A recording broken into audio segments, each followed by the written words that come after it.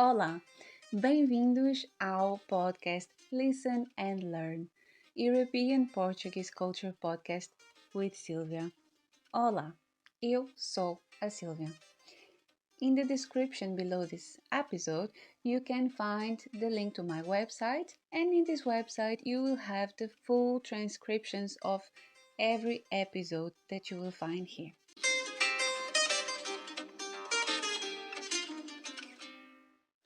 Olá, bem-vindos a mais um episódio.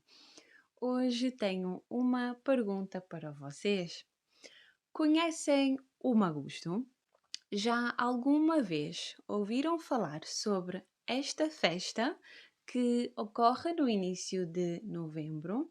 Então, e o São Martinho, que se festeja a 11 de novembro? Hoje em dia, sabemos que o Magusto é a altura por excelência de comer castanhas assadas e beber vinho novo e jerupiga, que é uma aguardente de uva. Faz-se uma grande fogueira onde se assam as castanhas e a comunidade ou as famílias juntam-se para comer e beber juntos. Os mais corajosos saltam por cima da fogueira e os mais brincalhões usam os carvões frios para se sujarem as caras e sujarem os outros. Por brincadeira. É uma festa da comunidade onde se cantam canções ou se ouve música popular.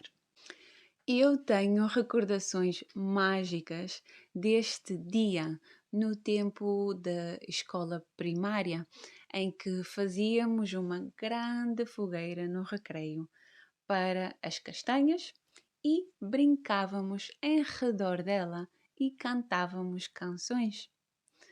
Mas vamos tentar descobrir porquê. Quais as origens destas festas e dos seus rituais? Para isso, quero ler-vos excertos de um artigo que encontrei no blog Portugal no Mapa, onde podem encontrar vários artigos sobre lugares e tradições e lendas portuguesas. Neste artigo, podemos tentar compreender a origem da festa do Magusto. Então, o significado que temos de Magusto é normalmente o de uma festa da castanha, ou particularmente o de uma grande fogueira, onde se assam castanhas. Atualmente, confunde-se com o dia de São Martinho, o que põe um manto em cima de uma outra data com a qual era associado, o Dia de Todos os Santos, havendo muitas semelhanças nos ritos que hoje, por ingênua brincadeira, ligamos ao Halloween. A controvérsia acerca deste assunto começa desde logo na origem da palavra Magusto.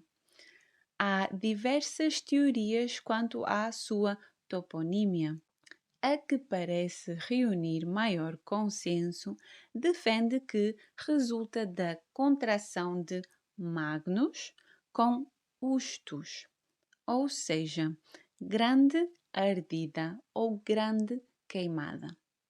Saliente-se que apenas a Galiza e Portugal e uma certa parte das Astúrias usam comumente o termo Magusto.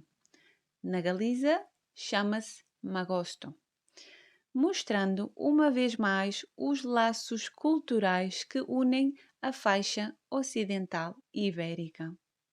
A origem e história do Magusto, 1 de novembro e 11 de novembro. Em ambos estes dias é costume fazerem-se magustos, que é como quem diz grandes fogueiras criadas pelo povo, em montes ou eiras com a intenção de se aquecerem ao mesmo tempo que se assam castanhas e se bebe jerupiga, água-pé e se dão as primeiras provas do vinho novo. É, obviamente, um momento de algazarra comunitária.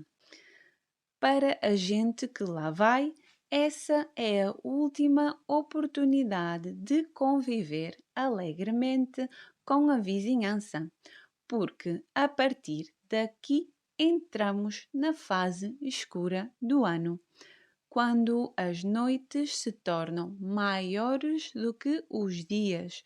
O frio apela à recolha e a natureza repousa de toda a dádiva a que se entregou nos meses das colheitas.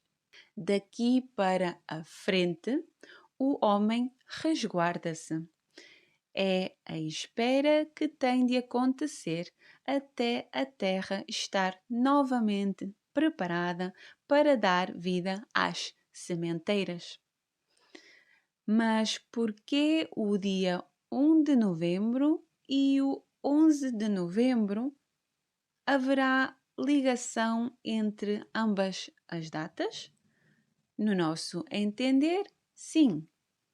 E já lá vamos. Primeiro, convém lembrar que o 1º de novembro, habitualmente apelidado o Dia de Todos os Santos no calendário cristão, e que originou o termo Halloween pela contração do inglesismo All Hallows Eve, ou seja, a véspera de Todos os Santos. É um dia ao qual estão enlaçadas inúmeras crenças, a maioria delas relacionada com o mundo dos mortos. Ou seja, quer o 1 de novembro, quer o 11 de novembro, mencionam esse elo transcendente que liga duas dimensões, a dos vivos e a dos mortos. Mais uma vez, porquê? Apesar de todo o comercialismo que circula em torno da famosa Noite das Bruxas, ou Halloween, há um valor simbólico que não podemos dissociar desta festividade. E esse não é propriamente americano. Ou é americano, mas por influência europeia, nomeadamente pela imigração irlandesa para o novo continente. Na realidade, para as regiões europeias de cultura marcadamente celta, a passagem de 31 de outubro para 1 de novembro não era mais nem menos do que uma passagem de ano, a do frio e da noite, por um lado, a do calor e do dia, por outro.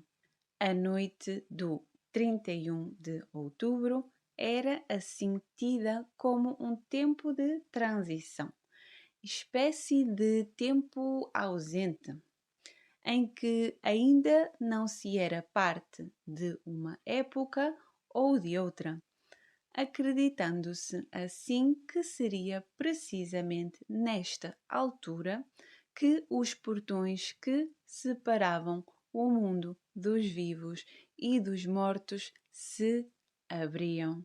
Concluindo, há uma forte probabilidade de termos no agosto a nossa antiga passagem de ano, um resíduo pagão que partilhamos com o norte de Espanha.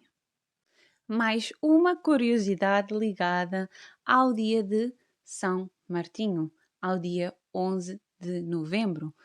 É o chamado verão de São Martinho. Nesta época do ano, o tempo é normalmente frio e chuvoso, e diz-se que no dia 11 de novembro sempre faz sol. Conta a lenda que, num dia chuvoso, um soldado romano chamado Martinho, ao passar a cavalo por um mendigo quase nu que lhe pediu uma esmola, cortou a sua capa ao meio com a sua espada para lhe dar metade. Nesse preciso momento, parou de chover e o sol apareceu. Daí a expressão associada a temperaturas invulgares em novembro. Espero que tenham gostado de saber mais sobre o magusto e, se querem descobrir mais sobre o misticismo dos últimos dias de outubro e dos primeiros de novembro, então convido-vos a ouvir o episódio seguinte sobre a festa da cabra e da canhota. Até lá, tenham uma boa semana.